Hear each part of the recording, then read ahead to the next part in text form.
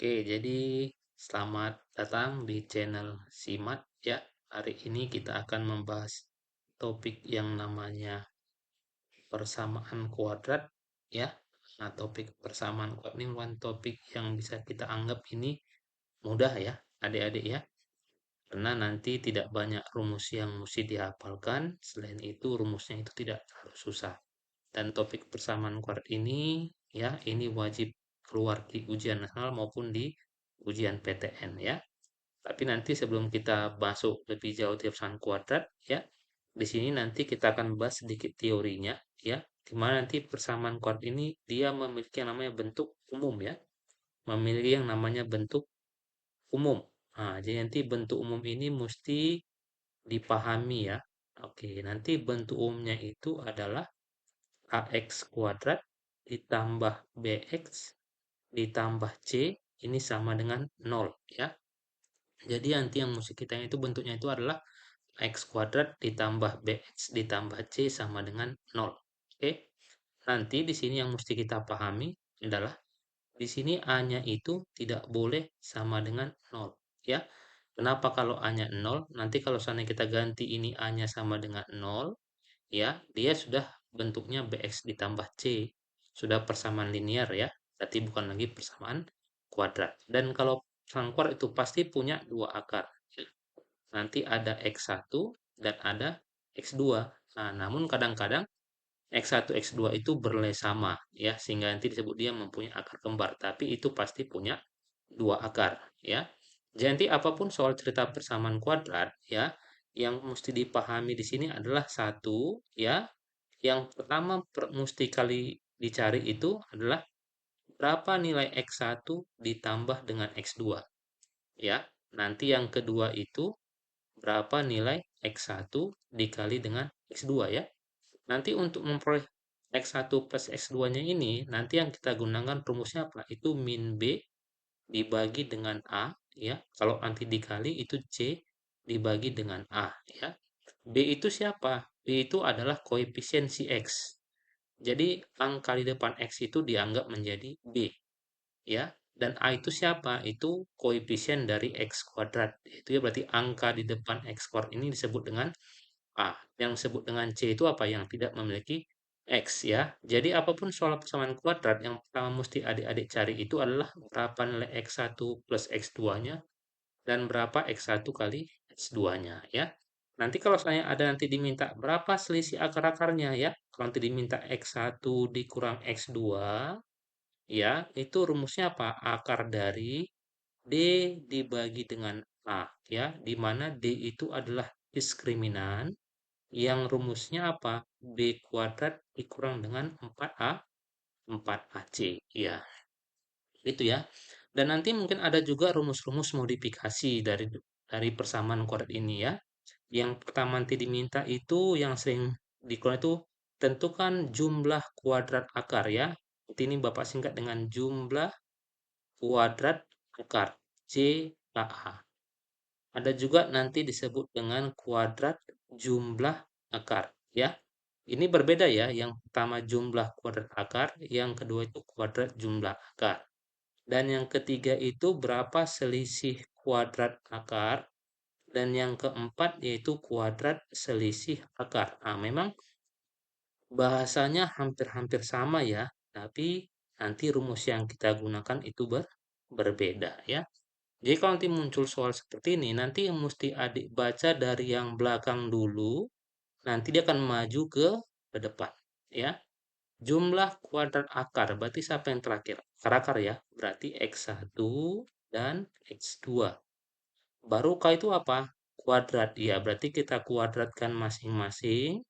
Baru nanti di J, berarti di jumlah. Ini dia. Oke, baru kuadrat jumlah akar. Berarti siapa yang terakhir? Ya, akar-akarnya dulu. Ya, J itu apa? Dijumlahkan, baru dikuadratkan. Baru semua ini kita kuadratkan. Nah, ini baru selisih kuadrat akar. Berarti akar-akarnya dulu ya, baru dikuadratkan ya, baru diselisih. Nah, baru kuadrat selisih akar. Berarti akar-akarnya dulu ya, baru diapain? selisihkan, baru dikuadratkan. Nah, seperti ini rumusnya. Nah, dari yang keempat rumus ini mana yang tidak ada di sebelah kiri? Yaitu jumlah kuadrat akar dan selisih kuadrat akar ya. Makanya bentuk nanti ini bisa kita rubah dengan rumusnya apa? X1 ditambah X2 kuadrat dikurang 2 X1 X2 ya. Nanti diperoleh dari segitiga Pascal ya. Sedangkan rumus yang ketiga ini adalah X1 ditambah dengan X2 dikali X1 dikurang X2. Ini dia. Jadi Pak, nanti gimana kalau dia pangkat 3 ya? Kalau nanti muncul X1 pangkat 3 ditambah dengan X2 pangkat 3. Ya, nanti sebenarnya ini pakai segitiga Pascal ya. Tapi nanti kalau kita uraikan nanti, itu rumusnya seperti ini. Berarti X1 ditambah X2 berpangkat 3 dikurang 3 X1 X2 dikali apa? Dengan X1 ditambah X2. Nah, ini nanti rumusnya ya.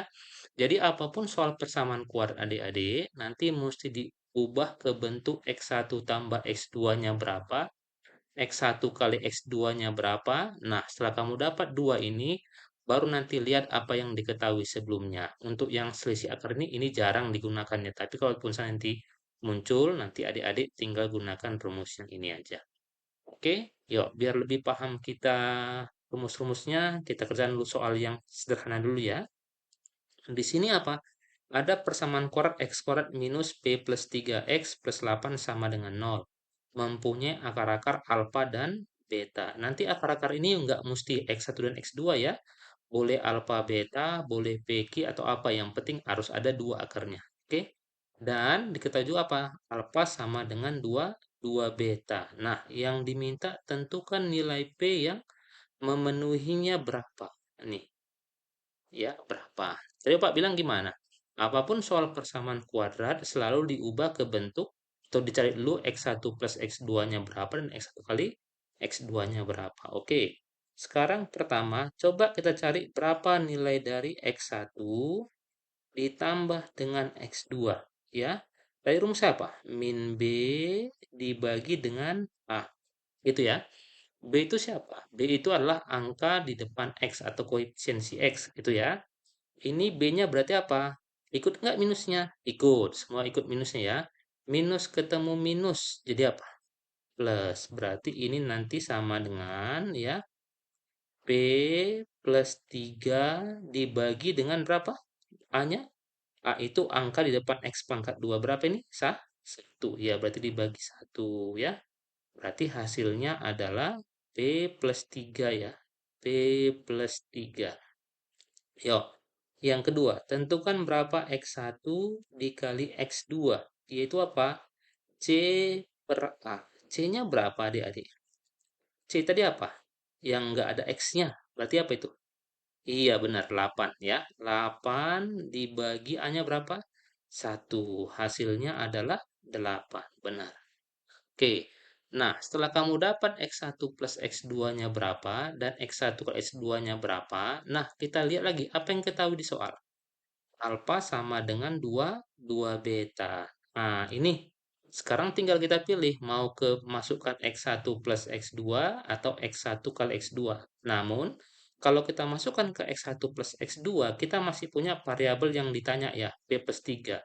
Sedangkan kita nggak tahu berapa X1 dan nggak tahu berapa X2-nya. Atau nggak berapa X2 atau X2-nya berapa ya. Nah, sekarang apa? Biar lebih gampang kita substitusi kemari ya.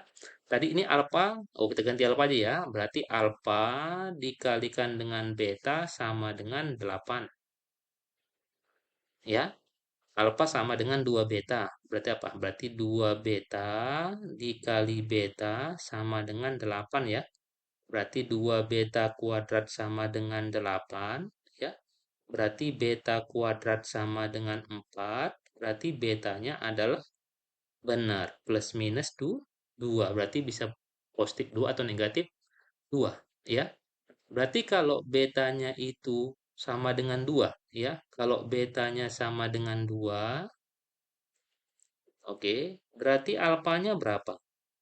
Alfanya adalah 2 beta. Ya, berarti 4. Oke. Yuk, kalau nanti betanya sama dengan minus 2, berarti alfanya sama dengan berapa? Minus minus 4. Benar ya? Nah, sekarang apa? Dapat beta 2 alfanya 4, beta minus 2 alfanya minus 4. Sekarang mana yang cari adalah nilai P. Yo, tadi apa? Untuk yang pertama ya. Untuk yang pertama. Alfa plus beta sama dengan P plus 3. Oke? Nah, kita substitusi yang pertama ini. Ya. Berarti alfanya 2. Oh, alfanya 4 ya. Alfanya 4, betanya 2 sama dengan P plus 3. Berarti 6 sama dengan P plus 3. Ketemu P-nya adalah, iya, 3. Sekarang yang kedua ya. Langsung kita ganti. Alfa plus beta minus 2 plus 4 ya. Sama dengan, tuh, tulis lagi ya. Alfa plus beta sama dengan P plus 3. Berarti minus 2 plus minus 4 sama dengan P plus 3. Berarti minus 6 sama dengan P plus 3. Ketemu P-nya berapa? Minus 9. Berarti ada dua harga 2P ya. Yang pertama 3, yang kedua minus 9. Oke, mana jawabannya? Iya, jawaban adalah yang B. Mudah ya? Nah, ya. Ini cukup mudah ya. Jadi ini masih soal yang sederhana dari persamaan kuadrat. Jadi apapun tadi Pak bilang ceritanya, ketika kamu ketemu soal persamaan kuadrat, apa yang pertama dicari? Hasil jumlah akarnya dan hasil kali akarnya. Setelah itu apa? Lihat apa yang diketahui berikutnya. Nah, oke, jadi nggak usah ya. Oke, jadi sekian dulu pertemuan kita. Nanti jika ada komentar, ya cukup tulis di kolom komentar ya. Atau ada soal yang kurang paham, nanti biar kita diskusi di kolom komentar. Oke, sekian dulu. Inilah dari channel Simat. Selamat sore.